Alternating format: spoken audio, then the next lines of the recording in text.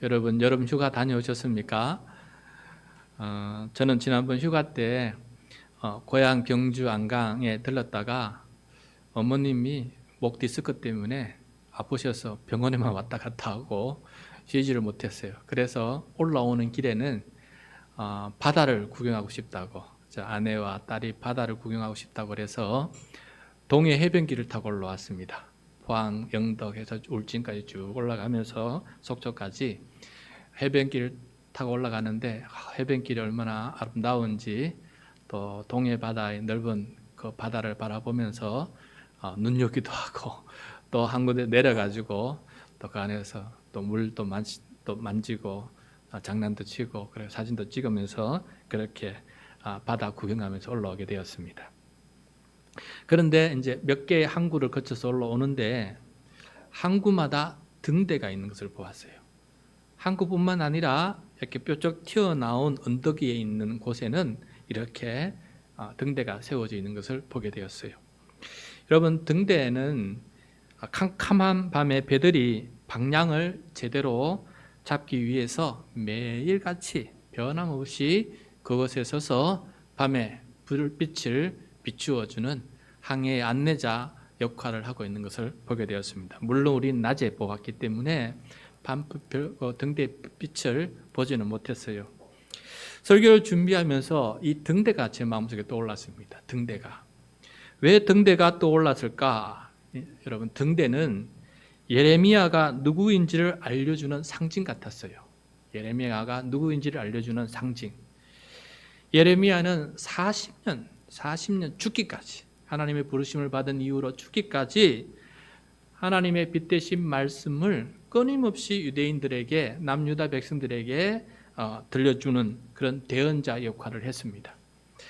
남유다 요시야 왕 때부터 시작해서 요시야 왕, 요아스 왕, 그 다음에 우리가 즐겨 잘 알고 있는 요야김 왕, 요야긴 왕, 그 다음에 시드기야 왕, 이 5 왕을 거치면서 계속해서 변함없이 그 백성의 등대처럼 캄캄한 그 백성들의 영혼의 상태에 비춰주시는 하나님의 말씀을 선포하는 그런 등대처럼 그렇게 변함없이 빛나는 그런 역할을 감당했던 분이 바로 예레미야다라는 것을 생각해 보게 되었습니다. 여러분, 예레미야가 이제 그 등대를 비유하면서 마음속에 한 가지 또 상상력이 떠올랐어요. 유다라는 이름하는 배가 항해를 하는데 등대의 불빛을 보지 못하고 자기 마음대로 항해를 하다가 암초를 만났어요. 그래서 그 배가 파산을 하게 되었어요. 그래서 생명을 구하기 위해서 헤엄쳐 나왔는데 도착한 곳은 바벨론 해변이었어요. 바벨론이라고 부르는 해변에 도착하게 되었습니다. 그래서 예레미야가 저 바벨론 해변에도 등대가 필요하다. 그래야 저 유대인들이 다시 돌아올 수 있으니까. 그래서 이동식 등대를 그 바벨론에 보내게 됩니다.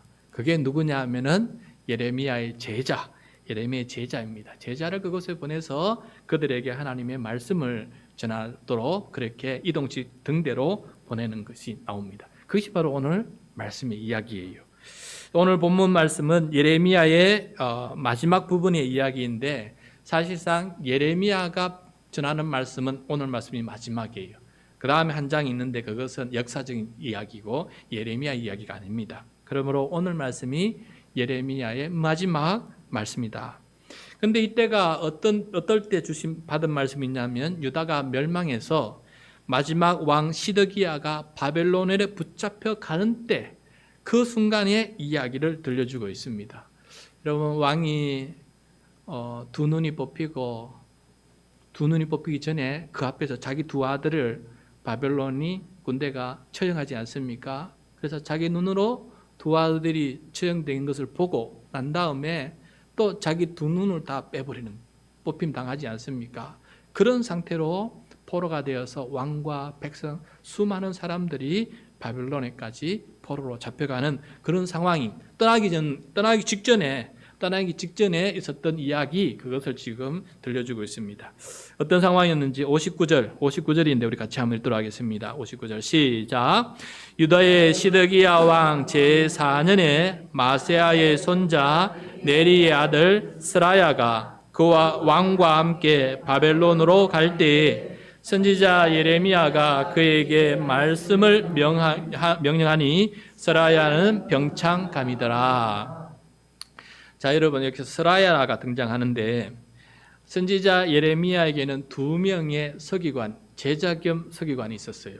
그 두 명의 서기관의 이름은 바룩, 그 다음에 스라야입니다. 그러니까 오늘 서기관 중 한 명이 바로 스라야인데, 근데 이 바룩과 스라야는 형제지간이에요. 형제. 두 형제가 함께 예레미야의 제자가 되었어요. 그런데 그 중에 한 명인 스라야가 바벨론, 이 스데기야 왕과 함께 바벨론으로 붙잡혀가게 됩니다. 그러니까 이 형제지간이 이산가족이 되는 거예요. 이산가족. 형은 나중에 또 예레미야와 함께 애굽으로 내려가게 돼요. 그러니까 이 두 형제가 극과 극으로 헤어집니다. 한 사람은 동쪽 끝 바벨론, 한 사람은 서쪽 끝 애굽으로 이렇게 이산가족이 되는 이런 어려움을 겪게 돼요. 그리고 둘 다 각자 바벨론과 애굽에서 생을 마감하게 됩니다. 예레미야는 왕과 함께 바벨론으로 떠나는 이 스라야에게 하나님의 말씀을 기록하라. 마지막으로 서기관에게 마지막으로 서기의 책무를 한번 하라라고 이렇게 얘기하고 있는 것을 보게 돼요. 60절, 61절입니다. 60절, 61절 시작. 예레미야가 바벨론에 닥칠 모든 재난, 곧 바벨론에 대하여 기록한 이 모든 말씀을 한 책에 기록하고 스라야에게 말하기를 너는 바벨론에 이르거든 삼가 이 모든 말씀을 읽고.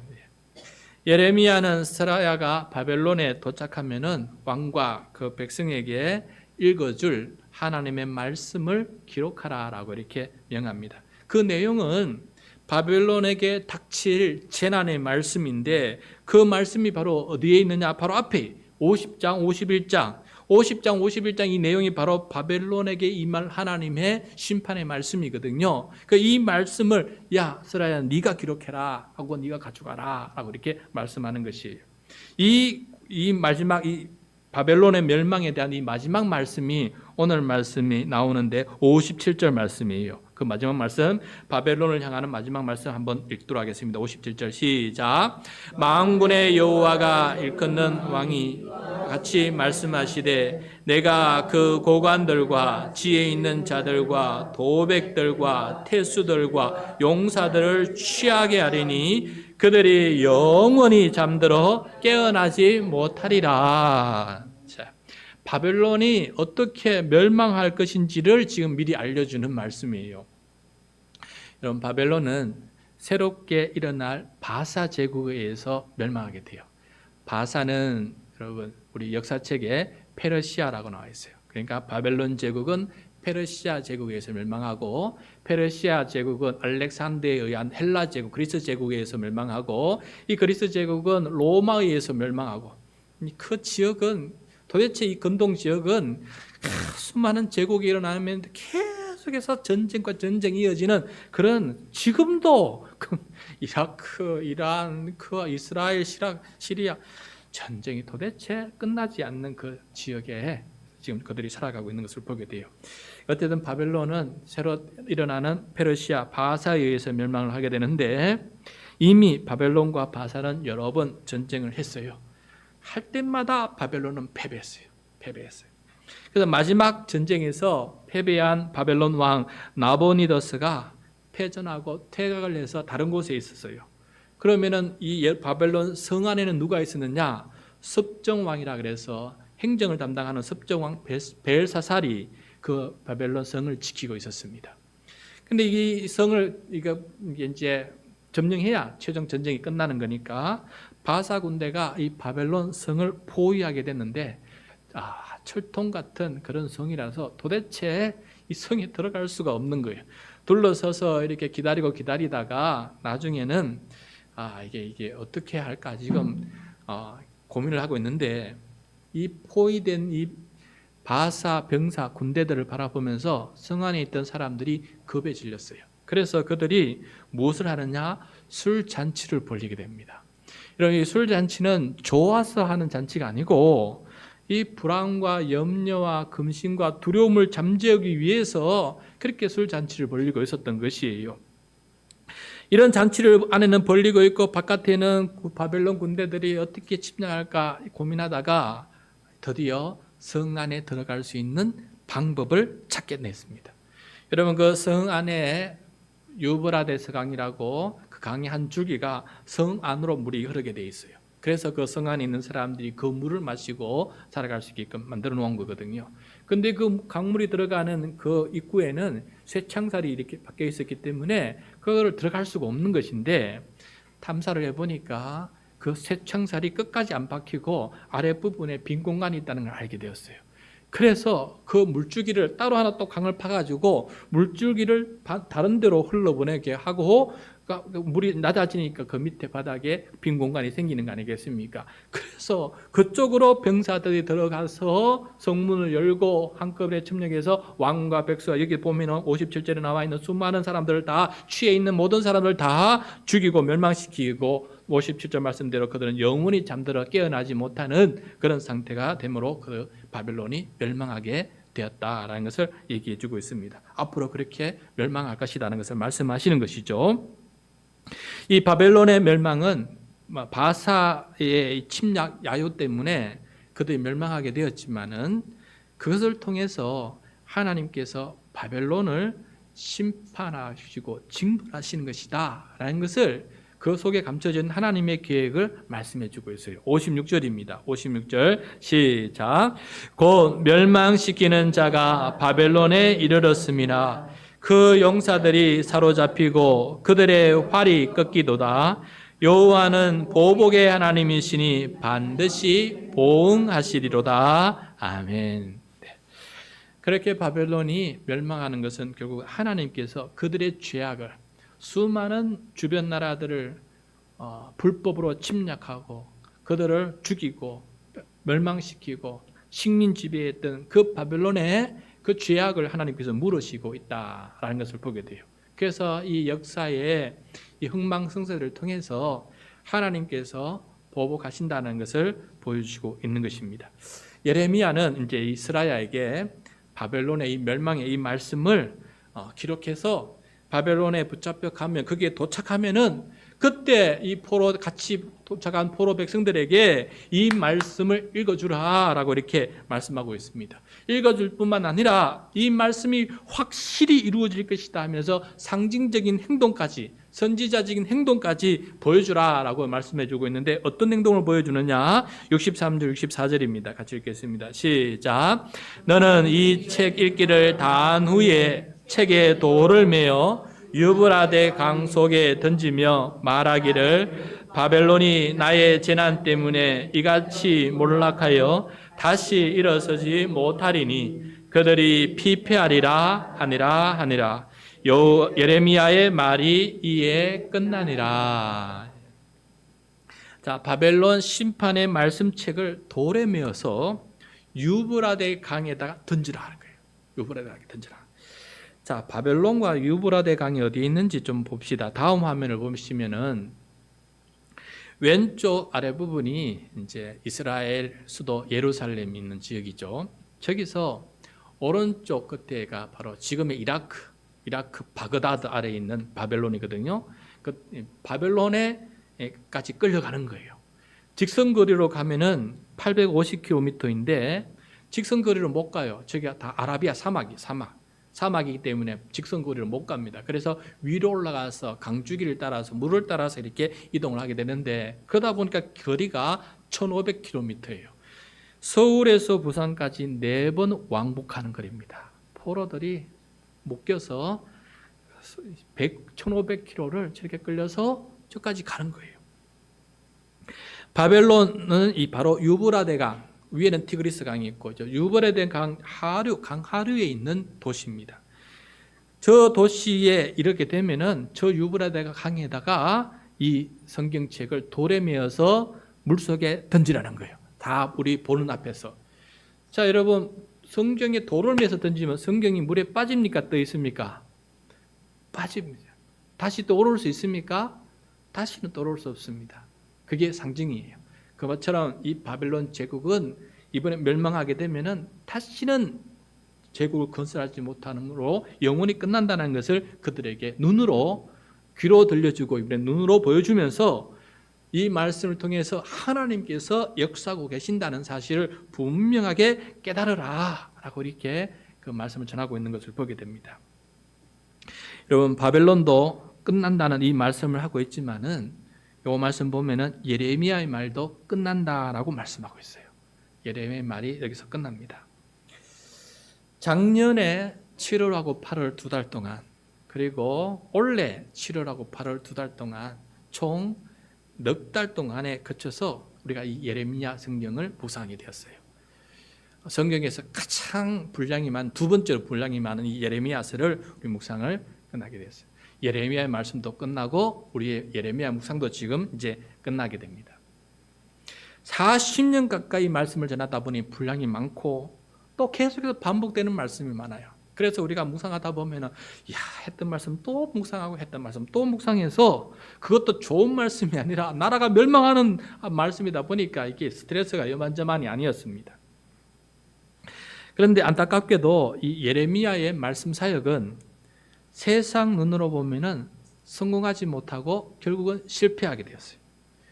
왜냐하면은 예레미야의 말씀을 따르는 사람은 오직 두 사람, 서기관 두 사람 외에는 예레미야의 말씀을 따르는 사람이 없었습니다. 백성과 왕은 이 말씀을 듣지 아니하고 자기 고집대로 살다가 결국은 멸망했기 때문에 예레미야의 말씀 사역은 실패하고 말았어요.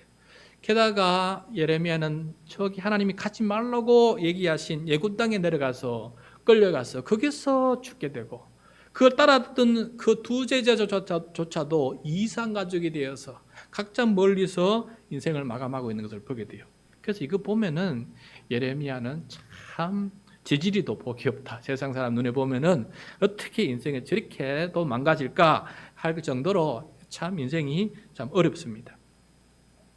예레미야의 이 인생을 생각하다 보니까 미국 메릴랜드 시골에 있는 그리스도 우리 왕 장로교라고 있는데 거기서 30년을 목회하시다가 은퇴하신 유진 피터슨 목사님이 쓰신 책이 생각이 났습니다. 그 책 이름이 뭐냐면은 한길 가는 순례자입니다. 한길 가는 순례자. 이 원래 영어 제목은 무엇이냐면은 한 방향으로, 그러니까 같은 방향으로 오랜 순종이라는 뜻이에요. A long obedience in the same direction 해가지고 같은 방향으로 오랜 순종이라는 것이 원래 원제 제목입니다. 매년 세 번의 절기 때마다 유대인들은 어디에 살든지 간에 같은 방향으로 움직이게 돼요. 어디로 움직입니까? 절기가 때가 되면은 1년에 세 번씩은 반드시 어디에 살든지 유대인들은 같은 방향으로 움직이게 돼요. 예루살렘 성전이 있는 곳을 절기 예배를 드리기 위해서 그 같은 줄 움직여요. 그래서 이 길을 유대인들은 순례라 그래요. 순례. 그래서 여기서부터 순례가 성경에서 태동하게 된 거예요. 순례한다. 같은 장소를, 성전이 있는 장소를, 가장 의미 있는 장소를 향해서 끊임없이 반복적으로 순례하는 것이에요. 그 순례를 할 때 그들이 함께 부른 찬양이 있어요. 찬양이 바로 시편 말씀인데 그 시편 말씀을 함께 찬양하면서 그 먼 길을 순례하게 된 거예요. 그래서 그때 불렀던 찬양을, 그 말씀을 가지고 이제 글을 쓴 것이 바로 이 한길 가는 순례자, 같은 방향으로 오랜 순종이라고 하는 책입니다.